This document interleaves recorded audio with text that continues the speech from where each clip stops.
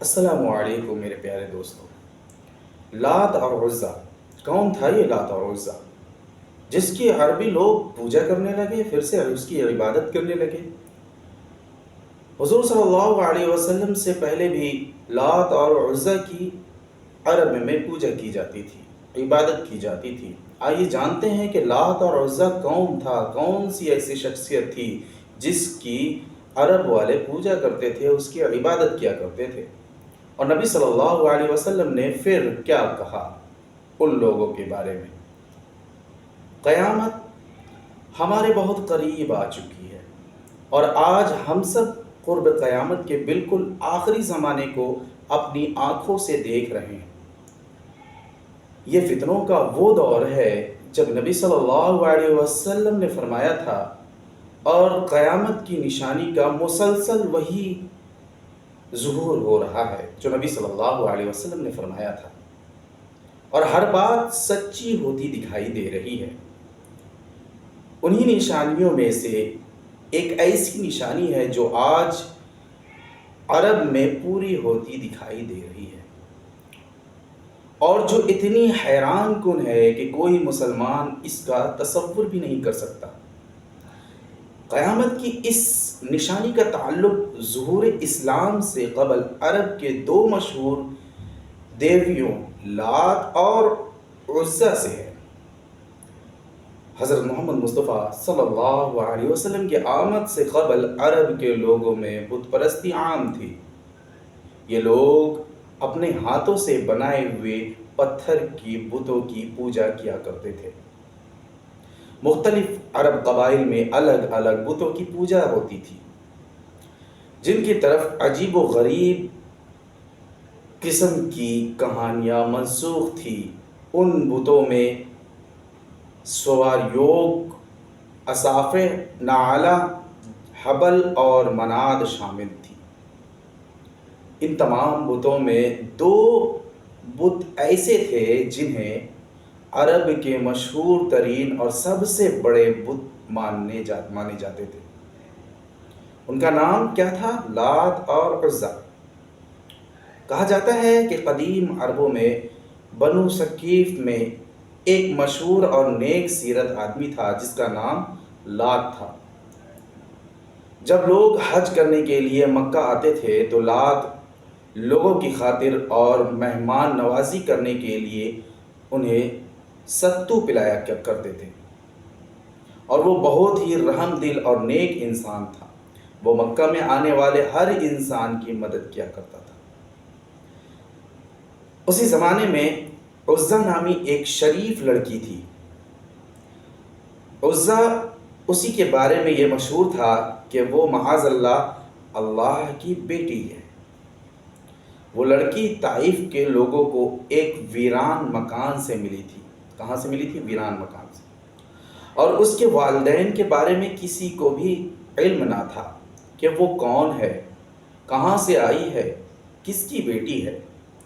جب یہ لڑکی جوان ہوئی تو وہ انتہائی خوبصورت اور حسین و جمیل تھی، لہٰذا جو مرد بھی اس پر بری نظر ڈالتا تو وہ مرد کسی نہ کسی بیماری یا آفت میں مبتلا ہو جایا کرتا تھا۔ لات اور عزا کے چرچے پورے عرب میں پھیل گئے تھے، لہٰذا مکہ اور طائف کے سرداروں نے یہ فیصلہ کیا کہ لات اور عزا کی آپس میں کیا کر دی جائے؟ شادی کر دی جائے۔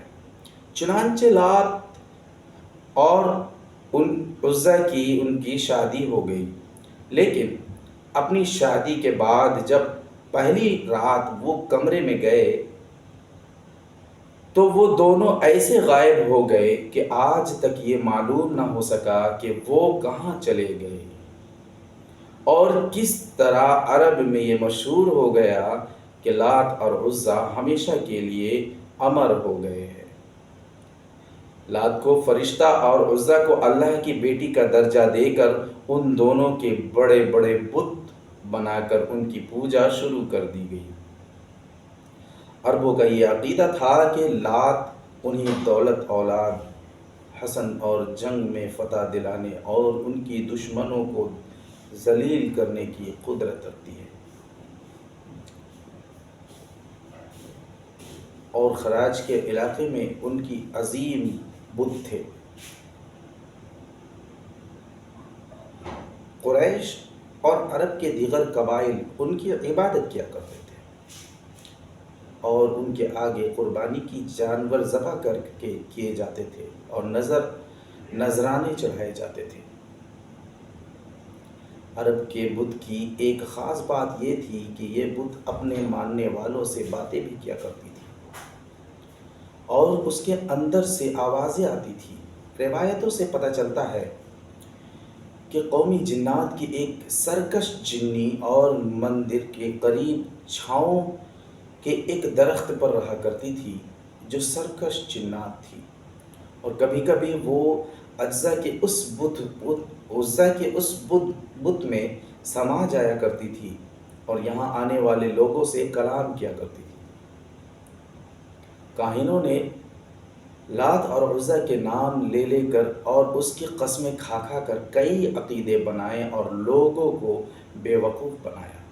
قریش خانہ کعبہ کے گرد طواف کے دوران بھی ان بتوں کا نام لے کر نعرہ لگایا کرتے تھے۔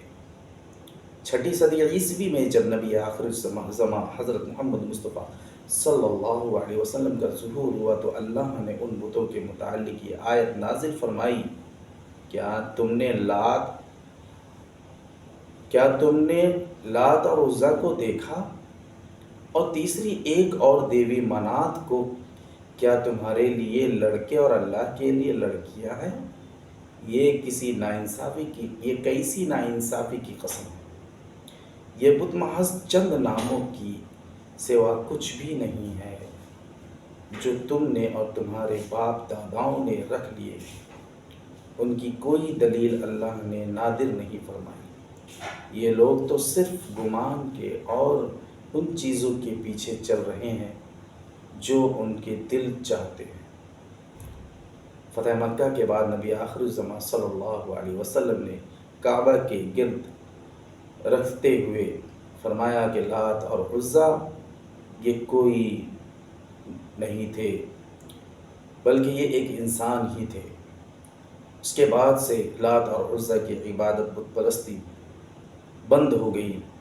اب پھر سے سننے میں آتا ہے کہ لات اور عزا کی عبادت عرب والے شروع کر چکے ہیں۔ اللہ تعالی ہم سب کو صحیح سمجھ عطا فرمائے۔ السلام علیکم۔